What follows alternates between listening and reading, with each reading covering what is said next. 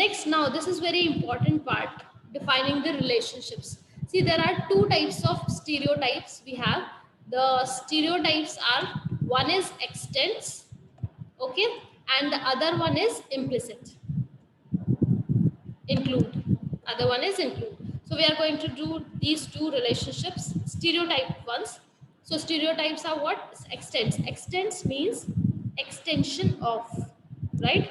Or this is what it is depicted with the dotted line and with the arrow. So this particular stereotype, it is defined in greater than and lesser than sign, and the name extent is given out here to show the relationship between these two use cases.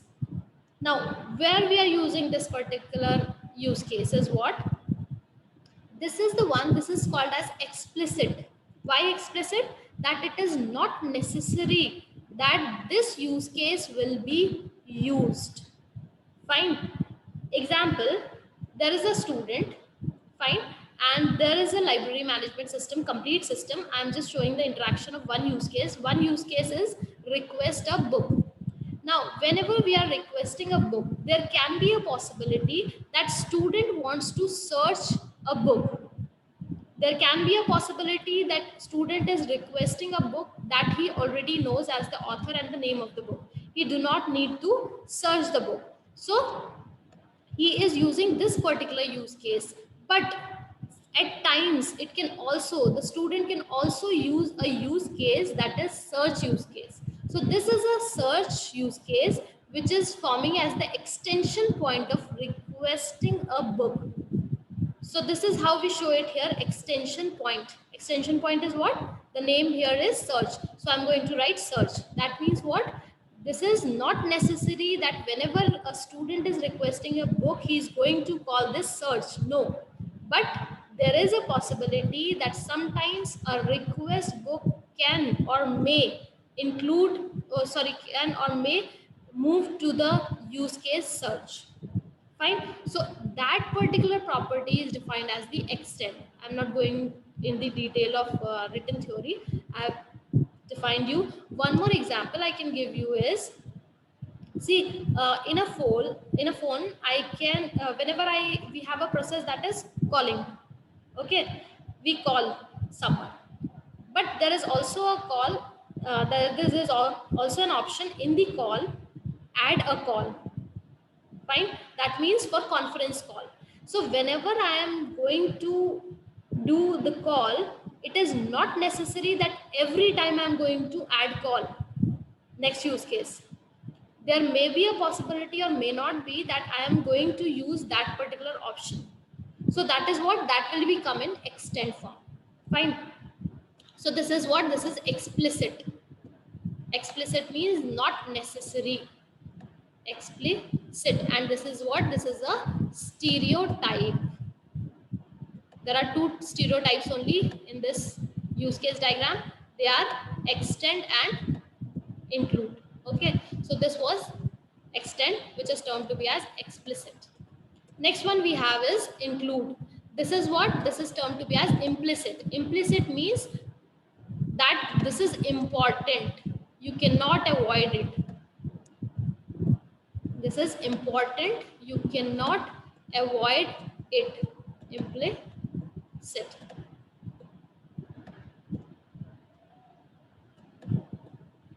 Okay, so implicit means important. Now, what is the implicit is adding of additional functionality. That means here what we have, if ever I need to check a book, I have to move to the borrow book. If ever I need to check fine, I have to move to the borrow book. Fine. So that means these two are going to, this is the parent one and these two are the child cases, child use cases. They are going to have all the properties of this particular borrow books. So that means whenever I am going to call this particular, let's take one more example of this. This was for library management, the same example. But to give you more understanding of this example, if I say that whenever you are doing online shopping, okay, let's say you go for a shopping and you add many things in the cart. But whenever you move to payment part, transaction part or payment part, it is always going to ask you for login. So when you are doing the shopping, you have to log in every time. So that is what that is include. Whenever you are doing, one more example, whenever you are doing online transaction, whenever you are doing the online transaction, you have to what? Either you withdraw the cash, or you deposit the amount, or you transfer some amount to some other account details. What you are going to do? You have to log in to your personal account. So that particular is what that is include. So for login in, all these are what? All these are include. So that means important. You cannot exclude it. And that was what? That was explicit. And this is implicit. How we are going to see? Again, just see. This was explicit. It was the use case given, and the extension point is given as search. And that particular search is taken out here and a dashed line with the arrow. And this is how we define the extent. As this is stereotype, this is how we define it. Same way, dash line, arrow, the only difference is this is how we are going to define it as include. Okay. Now moving further, we have generalization. We all know what generalization is. In this concept, in this context, I'm going to define the generalization as, let's say you have a use case in which you have search, but you can have two ways of searching. It can be through the call number, or through the author, fine, or through the publication house, or through the name of the subject. So all these searches are what? These are coming in the search main. So these are having the properties. So this is what? This is the generalization of search, that is search by call number, or search by author, or search by publication, and so on and so forth. There can be one more example. See, generalization defines the parent class and the child class. So a generalization relationship is a parent-child relationship between use cases. That can also take place in the customer also. Just remember this for better ease and understanding of use case diagram. Now this generalization is shown as a directed arrow with a triangle arrow ahead. This is how we do the generalization, render the generalization. This we have already done in the earlier lectures also. Now, to make an efficient use case diagram, we should understand there are two main things. One is identification of actors, and second one is identification of use cases. So how we are going to identify the actor? You can answer these many questions and you will get to know all the actors. Who uses the system, who installs the system, who starts up the system, who maintains the system, who shuts down the system, what other systems use this system. That's what I was telling you. An actor can also be a external system that is interacting with our system. Who gets information from the system, who provides information to the system, and lastly, does anything happen automatically at a present time? So if you are going to answer all these questions, you are going to identify all the actors in this use case. Next one is how to identify the use case. Now for identification of use cases, you need to find out what all the functions that an actor wants from the system to perform. What all functions I want from the system to perform, all those are going to be the use cases.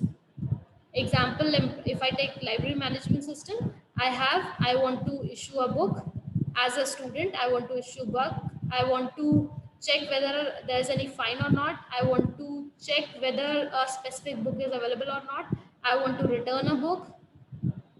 This is from the student perspective. From the librarian perspective, there should be an option of adding of books, deleting of books, and so on and so forth. So all these these actors are wanting the system to perform these actions. So these are these are forming the use cases. Does the system store information? What actors will create, read, update, or delete this information? Does the system need to notify an actor about changes in the internal state? Again, if you want to update all the information, we are going to add the use case. Are there any external events the system must know about? What actor informs the system of those events? So again, if any external system is interacting with the system, then how it is going to inform it, right? So all these questions when answered gives you the identification of use cases. Now let's uh, there are three main tips to design the use case. First thing, always structure and organize the use case diagram from perspective of actor. When I say perspective of actor, I mean to say what actor wants the system to perform. That is the end user. Because end user is going to be one of the actors. That is why we are using this term, right? Use cases should start off simple and at the highest view possible. Only they can be redefined and detailed further. It is not necessary that you are going to give a detailed use case in first level only. You can draw a simple use case and then you can redefine it for further detailing. Okay, that is the second thing. And third thing, you have to focus what the system is going to do, not how the system is going to perform. So these are the three things which you are going to take care of to design an effective use case diagram. Now let's take the example. I've taken an example of vehicle sales system. I've tried to include all the components and all the relationships which we have defined. Now see, first of all, I have created that there are three actors. One is the customer, second one is the management, and third one is the salesperson. This is for vehicle management system. So I have given a boundary which is termed as vehicle sales system. So this is what? This is the system boundary. This is the name of the system boundary. And these are the actors: customer, management, salesperson. Now, there can be two types of customer: the new customer and old customer. Old customer, already there exists the information of old customer, but new customer has to log in or give the details again. I mean, first time. So what I have done, see, this is the point of generalization. New customer, old customer, and this is customer. So I have given the relation of generalization out here. Okay, these being the child and this is being the parent. Now, how it goes? New customer. If this is new customer, make new customer offer.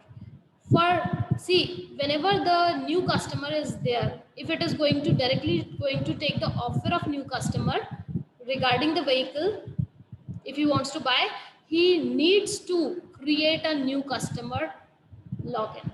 So that is why include is there. That means whenever this use case is being called, it has to pass through this create new customer. Okay, so that is why dash line, arrow, and this includes stereotype is used. If it is an old customer, so what is it? Make old customer offer. There can be certain offers which can be provided only to old customers, and we have given an extension point. We have extended it. How we have extended it? Update customer information. If there is a possibility that the information of existing customer is same, there is no updation. So that is why we are using extend. Okay, because it is not necessary that every time the old customer is coming, it is going to update the customer information. There can be a possibility that the old customer is coming and the address has been changed. So that particular updated information will go there. So that is why extend. That means it is not necessary. It is implicit. It is explicit, not implicit. Now these two both, again, generalization is there because we are taking make offer.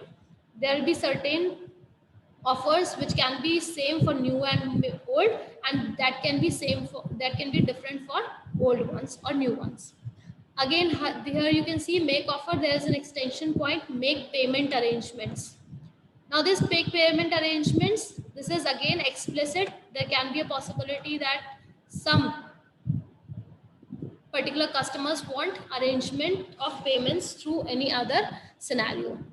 Now, this is the interaction with the customer. Now you can see the interaction with the management and the salesperson.